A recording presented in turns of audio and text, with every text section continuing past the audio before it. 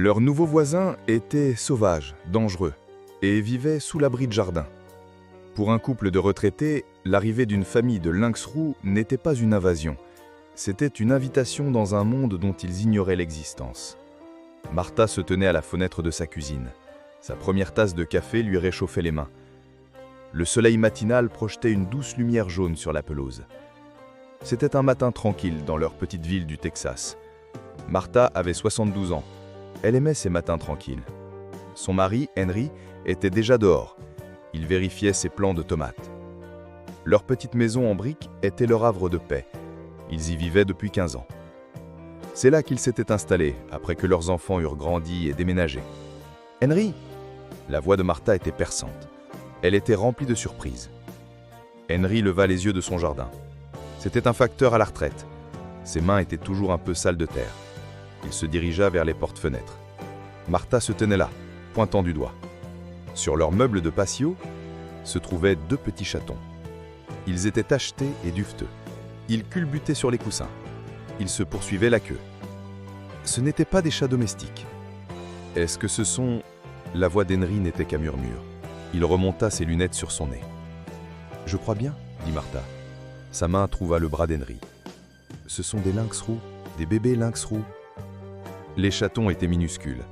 Ils n'étaient pas plus grands que leurs 2 petits chiens, Buster et Pip. Les chiens étaient à l'intérieur, aboyant sauvagement contre la vitre. Les chatons avaient des touffes de poils sur les oreilles. Leur pelage était tacheté de brun et d'or. Ils roulaient et jouaient. Ils ne voyaient pas les 2 humains qui les observaient. Henry attrapa la poignée de la porte. Martha l'arrêta. « Attends, » dit-elle. « Où est leur mère ?» Comme si elle avait entendu la question, une ombre bougea. C'était dans un coin de leur jardin. Un grand félin était assis sous le vieux chêne. C'était un lynx roux adulte. Ses yeux jaunes étaient fixés sur la maison. Son regard était si intense qu'il fit reculer Martha et Henry. « Bonté divine !» souffla Henry.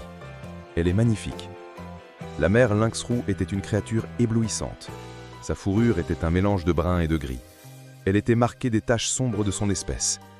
Elle restait parfaitement immobile. Elle regardait ses chatons jouer. Elle observait aussi la maison. Elle paraissait à la fois gracieuse et dangereuse. « Nous devons appeler quelqu'un, » dit Martha.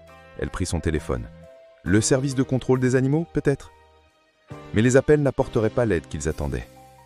Leurs nouveaux visiteurs allaient changer leur façon de voir le monde. Le premier appel fut pour la police locale. Une jeune femme nommée Brenda répondit. Elle écouta l'histoire de Martha. « Madame, je comprends, mais nous ne pouvons rien faire, pas à moins qu'il ne soit agressif ou malade. Les lynx roux sont une faune indigène. Vous pouvez essayer d'appeler le Texas Parks and Wildlife. » L'appel suivant fut pour le département de la faune. Un agent nommé Davis leur donna une réponse similaire, mais il leur donna aussi plus d'informations. « Cela arrive de plus en plus, » expliqua l'agent Davis. Sa voix était calme au téléphone. « Il y a beaucoup de nouvelles constructions dans le nord du Texas. La faune sauvage apprend à vivre en banlieue. Cette mère lynx roux a probablement trouvé votre jardin le mois dernier. Nous avons eu ces fortes pluies. Elle cherchait un endroit sûr et sec pour avoir ses bébés. »« Mais nous avons des chiens, » dit Henry. Il était en splendeur maintenant. « Des petits chiens. »« Je comprends votre inquiétude, monsieur. Gardez vos chiens à l'intérieur ou surveillez-les quand ils sortent. Les lynx roux évitent généralement les gens et les animaux domestiques, mais une mère avec des chatons peut être difficile à prévoir. » Les jours suivants furent étranges. Martha et Henry vivaient avec leurs nouveaux voisins sauvages. Buster et Pip devaient rester à l'intérieur la plupart du temps. Ils n'en étaient pas heureux. Martha et Henry observaient la famille de lynx roux à travers leurs fenêtres.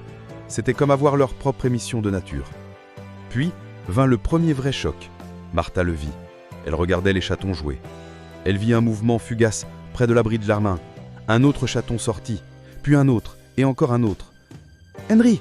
Qu'allait-elle ? « Tu dois voir ça, nous en avons plus !» Le temps que Henry arrive à la fenêtre, il y avait 5 chatons dans le jardin. 5 boules de fourrure tachetées. Ils culbutaient, jouaient. Ils traquaient les papillons avec des bonds maladroits. Ils se choquaient. « 5 !» dit Henry. Il secoua la tête. Il n'arrivait pas à y croire. Elle a eu 5 bébés, dans notre jardin. La mère lynx roux semblait savoir qu'ils observaient. Elle étira son long corps dans le soleil. Elle se leva. Elle s'approcha de la maison. Martha et Henry retenirent leur souffle. Elle s'arrêta à environ 6 mètres de leur porte-fenêtre. Elle les regardait droit dans les yeux. Son regard était fixe. Elle semblait les étudier. Puis, elle se tourna pour regarder ses chatons. « Je crois qu'elle les exhibe », murmura Martha. Un petit sourire effleura ses lèvres. Elle était toujours inquiète, mais elle était aussi charmée. Alors que les jours se transformaient en semaines, leurs vies changèrent. Henry déplaça son jardinage matinal dans le jardin devant. Martha mit une chaise près de la fenêtre arrière. Elle pouvait tricoter et regarder les chatons. Elle commença un journal, où elle notait ce que les chatons faisaient chaque jour. Celui avec la tache de plus sur l'oreille a attrapé une sauterelle aujourd'hui. La plus petite, que nous appelons Runt, a essayé de grimper au dispensaire de graines pour oiseaux. Elle s'est 3 fois glissée. Mais le charme s'accompagnait de problèmes.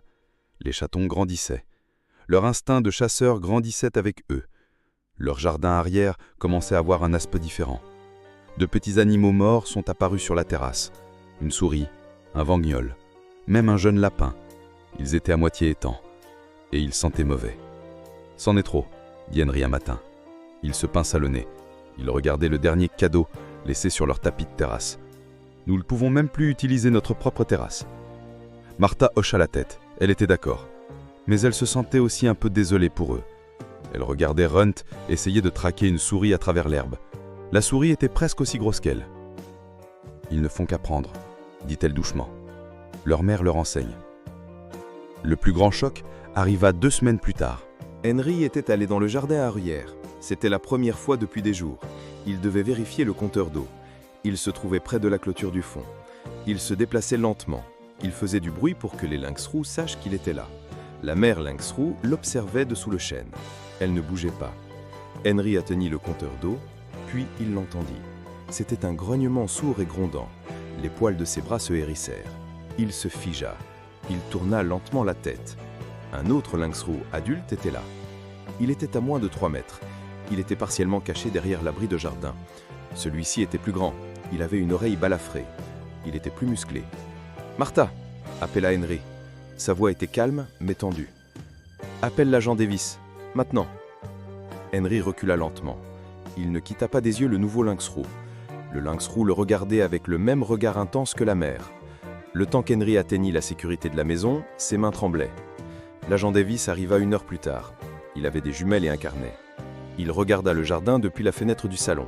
« C'est probablement le père, » dit Davis. « Les lynx roux mâles ne restent généralement pas dans les parages, mais les banlieues ont beaucoup de nourriture. Cela peut changer leur comportement. Il est probablement venu de la nuit. Vous venez de le voir de jour pour la première fois. »« Est-ce que c'est sûr ?» demanda Martha. Elle serra la main d'Henry. « Nous nous sentons comme des prisonniers dans notre propre maison. » Davis réfléchit un instant. « Les lynx roux sont timides, dit-il. Ils sont à l'aise ici parce qu'ils ne vous voient pas comme une menace. C'est en fait une bonne chose. Mais je comprends votre inquiétude. » Il expliqua leurs options. Ils pouvaient essayer de déplacer les lynx roux, mais c'était risqué. Les lynx roux sont très territoriaux, dit-il. Si nous les déplaçons, ils devront se battre avec d'autres lynx roux pour l'espace. Beaucoup d'animaux déplacés ne survivent pas. Le stress de la capture est aussi très dur pour eux, surtout pour une mère et ses jeunes chatons. « Alors, que faisons-nous » demanda Henry. « Encouragez-les à partir d'eux-mêmes, » suggéra Davis. « Rendez votre jardin moins accueillant. Supprimez les sources de nourriture. Cela inclut les mangeoires à oiseaux. Elles attirent les petits animaux que les lynx roux mangent. Utilisez des lumières ou des arrosoirs à détecteur de mouvement. Diffusez une radio parlée à l'extérieur. Les voix humaines peuvent les effrayer. Vous pouvez aussi utiliser des odeurs fortes, comme l'ammoniac. » Martha et Henry se regardèrent. L'idée de chasser la famille était difficile. Ils s'étaient attachés à eux. « Combien de temps avant que les chatons ne soient autonomes ?» demanda Martha. « Ils restent généralement avec leur mère pendant 9 à 12 mois. Mais dans un endroit avec beaucoup de nourriture, comme ici, ils pourraient partir plus tôt, peut-être dans 6 à 8 mois. » Après le départ de l'agent Davis, ils s'assirent dans leur salon. Ils observaient la famille de lynx roux. Les chatons se poursuivaient autour du chêne. Leur mère faisait sa toilette à la douce lumière du soleil. Le père avait de nouveau disparu. « 6 à 8 mois, » dit Henry. « C'est long pour être coincé à l'intérieur. » Martha resta silencieuse. Puis elle dit « Tu te rappelles quand les enfants étaient jeunes ? Tu te rappelles à quel point la maison semblait vide après leur partance pour l'université ?» Henry regarda sa femme. Il comprit. « Tu veux qu'ils restent ?»« Je veux trouver un moyen de vivre avec eux, » corrigea Martha. « Ils nous ont choisis, Henry. De tous les jardins de cette ville, elle a choisi le nôtre. Est-ce que ça ne signifie pas quelque chose ?» Ils trouvèrent un juste milieu. Ils installèrent des lumières à détecteur de mouvement dans les coins reculés du jardin. Ils déplacèrent les mangeoires à oiseaux dans le jardin de devant. Ils s'assurèrent que leurs poubelles étaient verrouillées. Mais ils laissèrent la partie principale du jardin arrière tranquille. La zone autour du chêne et de l'abri de jardin resta leur sanctuaire. Ils prirent aussi des nouvelles habitudes. Le café du matin se prenait désormais toujours près de la fenêtre arrière. Ils regardaient les chatons se réveiller et commencer leur journée. Ils apprirent que les lynx roux étaient plus actifs à l'aube et au crépuscule. Cela signifiait qu'ils pouvaient utiliser leur terrasse en milieu de journée. Buster et Pip apprirent à utiliser le jardin latéral pour leurs besoins. Le journal de Martha devint de plus en plus détaillé. Elle commença à connaître les chatons comme des individus. Elle leur donna des noms basés sur leur personnalité. Il y avait Scamp, qui était toujours le premier à explorer quelque chose de nouveau. Il y avait Climber, qui voulait atteindre le sommet de chaque arbre. Il y avait Pouncer, dont les talents de chasseur étaient plus enthousiastes qu'efficaces. Il y avait Shy One, qui aimait plus regarder que jouer. Et il y avait Runt, la plus petite, qui était pleine de détermination. Henry, qui avait été si inquiet au départ, était maintenant tout aussi impliqué. Il installa une petite caméra piège près du chêne. Elle capturait des vidéos de la famille la nuit. Les vidéos leur montrèrent un tout nouveau monde. Ils virent la mère apprendre à ses chatons à traquer. Ils virent le père rendre visite et laisser de la nourriture pour la famille. Ils virent les chatons qui jouaient au sous-la-mois. « Regarde ça !» disait-il en montrant les vidéos à Martha sur sa tablette. « Elle vous montre comment s'accroupir. Tu le vois ?» Le printemps fait place à l'été, les chatons grandirent. Ils passèrent de bébés maladroits à de jeunes chasseurs élégants. Leurs tâches commençaient à s'éteindre, leurs mouvements étaient plus fluides. Leur jeu ressemblait davantage à un entraînement sérieux. Une percée dans leurs relations se produit par accident. Henry avait un problème de rat dans son abri de jardin. Il avait essayé des pièges, des poisons, rien ne fonctionnait. Un matin, il constata que la porte de l'abri n'était pas verrouillée. Il craignait le pire. Il jeta un coup d'œil à l'intérieur. Le problème de rat avait disparu. Il n'y avait pas de désordre, il n'y avait pas de dégâts, il n'y avait simplement plus de rats. « Ils gagnent leur pitance », dit-il à Martha en riant. Le vrai test a eu lieu en 20 juillet. Un gros orage a frappé leur ville. Il a apporté de fortes pluies et de forts vents. De leur salon, Martha et Henry observèrent la mère lynx roux. Elle conduisit ses chatons sous l'abri de jardin pour se mettre à l'abri. C'était le même endroit où elle les avait probablement mis au monde. Mais Runt n'était pas avec eux. Martha la vit première. C'était une petite forme mouillée blottie près de la clôture du fond. Le jardin était en train de s'inonder. Elle semblait trop effrayée pour traverser l'eau tumultueuse. « Nous devons faire quelque chose », dit Martha. Elle se dirigeait déjà vers la porte. « Martha, non !» dit Henry en lui attrapant le bras. « La mère !» Mais la mère lynx roux était déjà au mouvement. Elle bondit à travers le jardin inondé. Elle atteignit Runt en quelques secondes. Mais elle ne ramena pas le chaton. Elle le poussa du museau. Elle l'encourageait à la suivre. Runt essaya, mais elle trébucha. L'eau était trop profonde pour ses petites pattes. Alors quelque chose d'incroyable se produisit.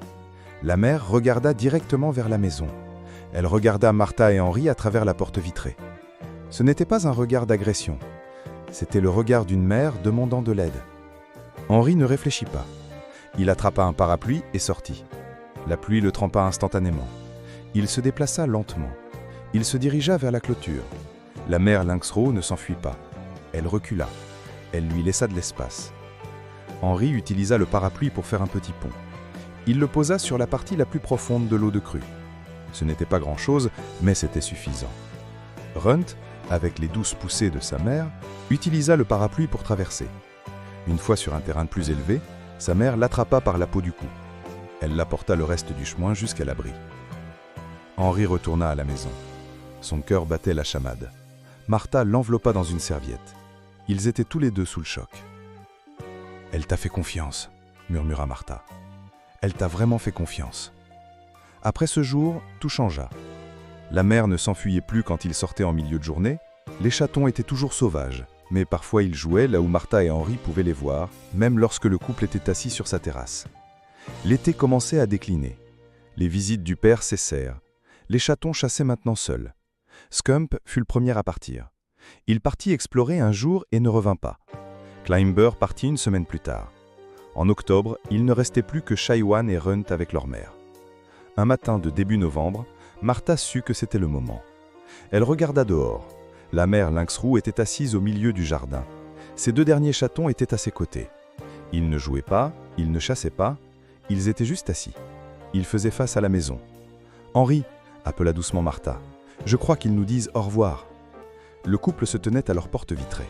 Ils regardèrent les 3 lynx roux s'asseoir pendant plusieurs longues minutes. Puis, comme s'ils entendaient un signal silencieux, ils se levèrent tous. Ils se dirigèrent vers la clôture du fond. La mère fit une pause. Elle regarda en arrière une dernière fois. Ses yeux rencontrèrent ceux de Martha à travers la vitre. L'instant dura un battement de cœur. Puis elle se glissa à travers la clôture et disparut. Le jardin parut immense et vide. Dans les jours qui suivirent, Henry retira la caméra piège. Martha rangea son journal. Il était maintenant rempli de 6 mois d'histoire et de croquis. Buster et Pip récupérèrent leur jardin arrière, mais ils restaient prudents près du vieux chêne. 2 semaines plus tard, Martha et Henry prenaient leur café du matin. Henry fait quelque chose sur le paillasson de la terrasse. C'était une unique plume grise, probablement d'une colombe. Elle était placée proprement au centre du paillasson. « Ce pourrait être le vent », dit Henry. Mais il n'avait l'air pas convaincu. Les plumes continuaient à apparaître. Une apparaissait de quelques jours, toujours sur le paillasson, toujours placée avec soin. Puis, un soir, ils regardaient le coucher de soleil depuis leur terrasse. Martha attrapa le bras d'Henry. Un jeune lynx roux était assis à la clôture du fond. Il avait un air familier et déterminé. Il était plus petit que les autres, mais fort et santé. « Runt !» souffla Martha. Le jeune lynx roux ne resta assis qu'un instant. C'était assez longtemps pour qu'il voie en quel point elle avait grandi. Puis elle se tourna, elle se fondit dans les ombres. « Elle a réussi !» dit Henry. Sa voix était chargée d'émotion. « Notre petite Runt a réussi !» Les visites continuèrent. Pas tous les jours. Et pas seulement Runt. Parfois, il voyait aussi Chaiwan. Les jeunes lynx roux ne s'approchaient pas, mais il apparaissait au bord du jardin. C'était une visite silencieuse. C'était une reconnaissance. L'agent Davis repassa quelques mois plus tard. Il fut stupéfait quand ils lui parlèrent des plumes et des visites. « Ce n'est pas un comportement typique de lynx roux ?» dit-il en secouant la tête. « La confiance que vous avez établie avec eux, c'est extraordinaire. » L'hiver s'installa sur leur petite ville de Texas. Martha et Henry utilisèrent à nouveau tout leur jardin arrière, mais ils laissèrent l'espace sous le vieux chêne, juste au cas où. Parfois, dans la lumière du matin, ils trouvaient des traces dans la terre molle. C'était l'épreuve des visites nocturnes de leurs amis sauvages. Un soir, ils étaient assis sur leur terrasse. Buster et Pip dormaient à leurs pieds. « Tu sais, » dit Henry, « je pensais que ce jardin était à nous, mais peut-être que ce n'est pas comme ça que ça marche. » Martha sourit, elle prit sa main. « Peut-être que nous faisons que partager le même espace, essayant de trouver comment vivre ensemble. Même en banlieue, » accorda Henry. Comme en réponse, une forme familière apparut sur la clôture. Elle ne fut là qu'un instant. C'était juste une silhouette contre la dernière lueur du jour. C'était un rappel que la nature n'était jamais aussi loin qu'on le pensait. Et parfois, si vous aviez beaucoup de chance, elle vous faisait confiance. Elle partageait ses secrets. Une mère lynx roux avait choisi Martha et Henry. Elle leur avait laissé regarder leur famille grandir. Ils avaient trouvé un moyen de partager leur monde.